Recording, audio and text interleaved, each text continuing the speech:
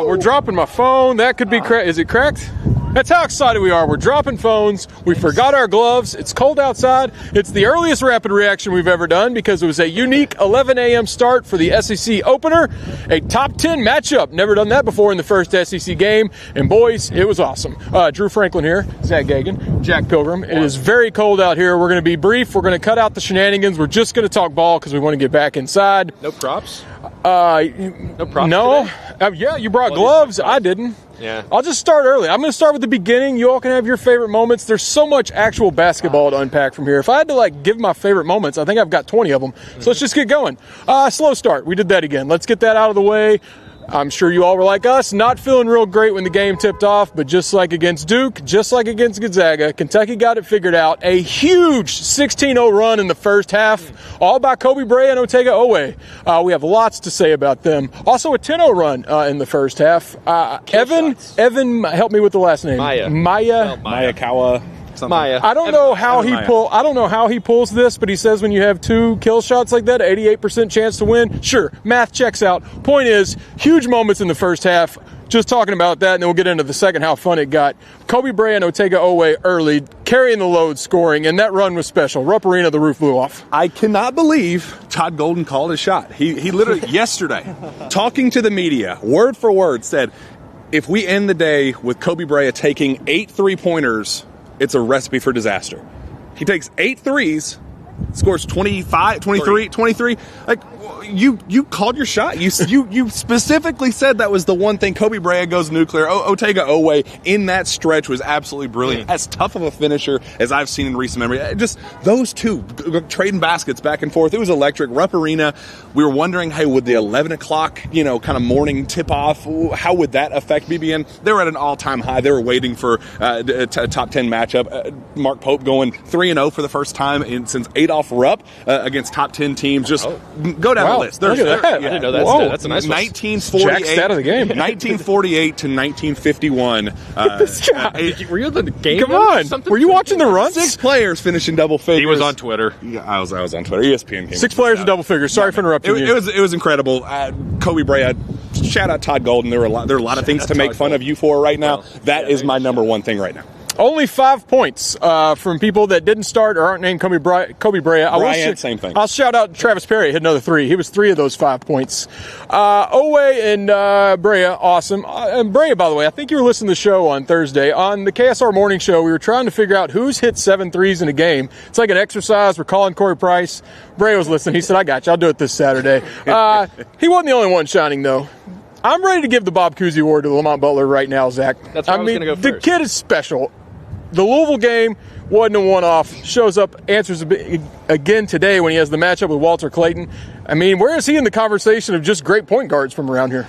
I need time. I'm going to put my hands in my pockets. With my hands. Yeah. Lamont Butler was amazing today. I think he had the biggest stretch outside of Carr's three-pointer that kind of put the game away. He had arguably the biggest couple possessions of the game where Kentucky was up 10, Florida cut it down to 2 with 3 minutes or something like that, and then Butler hit a corner 3, got a steal, raced down the other end, hit 2 free throws, 5-0 run, pushed Kentucky back up by 7, and then from there it was just kind of a free throw battle, win the game from there. But Lamont Butler's defense was just awesome all night long. His penetration, getting to the paint, I think he gets away with a lot of travels. Jack and I maybe look at each other every so often. Keep it down. But he gets away with them. And if we want to talk about officiating, we can go on and on for the last 5 minutes of that game where they just Dome there. That was Gainesville. It wasn't even the fact that, because a lot of those fouls were fouls. Just call the foul when you see it. Don't wait until the guy misses or makes the shot. That was the issue. It's just too many late whistles. You're going to piss everybody off in the crowd, which almost worked in Kentucky's favor because the crowd was just unbelievable today. It really was awesome. Sucks that we get 3? At least 3. Yeah, and those were good ones. It was good. Yeah, the last 5 minutes, it was just all terrible officiating. I mean, the game ended at 125. We were way past what we should have gone. But yes, Lamont Butler was awesome. We had some moments of Jackson Robinson coming and hitting some big shots too. Andrew Carr hit the biggest shot of the game there in that 3 in the corner. Travis Perry's 3 was just awesome. Jack and I said, coming into this game, we said, if Travis Perry's going to play, he has to hit 1 3. He hit 1 3. That's really all you can ask from him because he's going to get picked on defense, and he didn't do a terrible job. Walter Clayton was still kind of living at the three-point line, and then Florida decided to live at the free throw line the whole second half of the game, essentially. But 35 finished with I didn't even see. Was it that many? Kentucky did shoot about 20 or something, but yeah, especially in the last 5 minutes, I'd like to see that free throw differential. But awesome win. Great, just a really, really fun atmosphere. It was one of those where you kind of thought, here we go again, another 10-point halftime deficit early on. You could kind of see it coming, but Kentucky really dug in. Amari Williams, man. I've been kind of riding the fan club of the Amari Williams. I've been kind of the guy. Look at this little guy over here. You got any takes? Who's the player of the game? Player of the game. Kobe Bryant. Kobe Bryant. That's a good pick. The same game I did. Yeah. Any what's your biggest takeaway from this game? Give me something that's on your mind right now. Well, I feel like Kobe Bryant needs some more minutes because when he's out there, he plays good. And threes are pretty good. Pretty good indeed. Ball there. That's a lot of. Oh my goodness. That's the whole team. Yeah. I like this. I see an Orlando Antigua. A couple holdovers. The old school ball. Mark Pope is absolutely. There we go. I love it. Awesome. Thanks for stopping by. I don't even remember where I was. I wanted to ask Jack about something in particular while we were talking about Butler. Right. You had a moment you loved, the Mark Pope drawing up a 3 for Lamont Butler on an inbounds. We're doing that this year. We're running plays on an inbounds and to a shooter.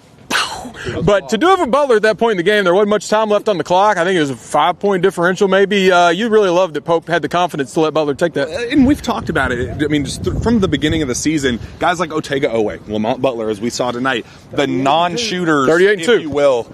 38-2! There we go. There we go. As you were. The non-shooters, if you will. Mark Pope just instills such confidence in these guys to say, hey, I believe in you more than you believe in yourself. Launch them. Take them. And to draw up a play for Lamont, that was a crucial out of bounds play. And for Lamont to get that opportunity, draw it up for him, and then to hit it and just kind of get that momentum as Zach talked about. He did his stalking and harassing of the Florida backcourt. Did plenty of that. Wait a minute. Did plenty of that against the Florida backcourt, but just coming up clutch in so many just opportune times offensively, that shot being the biggest. I see what you did there. Yeah, I see what you did there. What on purpose? Is that the Florida bus on Sorority Row right now? Anyway, Amari Williams. He is a wild ride, but I want to pay him one big compliment today. He's never been a big emotional guy. I don't know if it's because he's British and that's just the way they are. I don't know much about him. Not around him much. I just watch him play basketball. But today, from just an emotional standpoint, I felt like he broke out a little bit. A lot of flexing. Saw at one point told the bench to get up. That's just beyond what we've seen from him in the past. And I'm hoping that's a sign of something a little bigger there, too, with just him getting comfortable in his game, because we've talked about him. There's been times when it's not going well, slouch a little bit. He almost disappears. Him more than anyone on the team. This game, I want to compliment him for really just bringing some emotion. Well, I'll give him a little shout out too, because the first 3 minutes we were kind of saw the old Amari, or the Amari that we hate, essentially, the one that just kind of doesn't maybe fight for offensive rebounds, things like that. A lot of it was just that kid for Florida. I don't know his name, but the big guy for Florida. He's just massive, just huge. It doesn't even matter. It didn't matter who was out there. Like Brandon Garrison he just wasn't big enough to compete with that guy. And that's why I fouled out so early. So we'll give Amari some slack there, but once he turned it on, the energy, there was one point where Jack and I were like, let's run the offense, feed Amari the ball in the post and just let this guy cook. There was like 3 straight possessions there in the second half where he was just backing down his guy forcefully, going right up over these guys, really playing with that aggression that I just feel like we've been missing from him a lot this season. But when he's on like that, I think he had 15 points, 8 rebounds, 5 assists. He's the Magic Johnson assist. The Magic Johnson. Yeah, he was picking apart. There was like a 2 or 3 minute stretch where he was just backdoor cutting them to death. It was really fun to watch when he's rolling like that. The offense was just moving very well today. It was awesome. It really was a good game. So, we're having fun. We're celebrating 1-0. We love beating Florida, especially when Florida's 6th, ranked higher than Kentucky. Mm-hmm. Never get tired of beating Gators. But, Jack, take us out of here. Big picture moving forward. Let's just be a little honest with ourselves. What are we still working on?